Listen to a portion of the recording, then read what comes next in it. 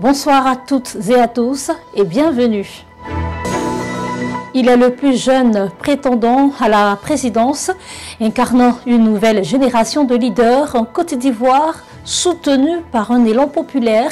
Il se positionne comme un symbole de renouveau politique. Jean-François Kouassi, candidat des jeunes pour l'élection présidentielle d'octobre 2025, a soumis son dossier de candidature ce vendredi 22 août 2025 à la commission électorale indépendante. Suivons ensemble son intervention. La tête de notre État, à qui je voudrais déjà rendre hommage, saluer tous les efforts et tous les sacrifices qu'ils ont consentis à la tête de notre État. Et nous les jeunes, aujourd'hui, nous voudrions leur dire que nous sommes prêts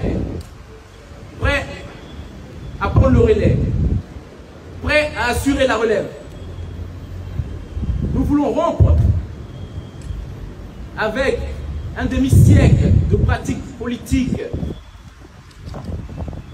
Nous voulons insuffler une nouvelle dynamique politique à notre pays.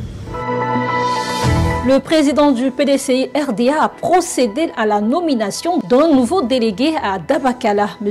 Touré Tiemoko Justin, délégué départemental de Dabakala 2, est nommé délégué intérimaire de la délégation départementale de Dabakala 1. En remplacement de M. Jean-Louis Billon. Cette décision intervient quelques heures après le dépôt de dossier de candidature auprès de la commission électorale indépendante CEI pour l'élection présidentielle d'octobre 2025. Rebecca Tin-Wende, primée meilleure artiste au Rilifa 2025.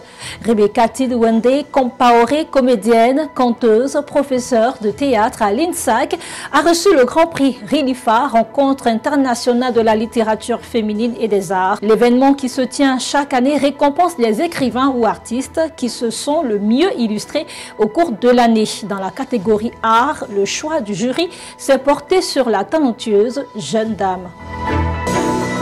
Festival Nkwaka, une journée de dépistage gratuit à Mpodi. Dans le cadre du festival culturel Nkwaka, une journée de dépistage du cancer du sein, du col de l'utérus et de la prostate s'est déroulée le mercredi 20 août 2025 au centre de santé rural de Mpodi, dans la sous-préfecture d'Anyama. Cet événement a attiré de nombreuses femmes et hommes du village, illustrant ainsi l'importance de cette initiative pour la santé de la communauté.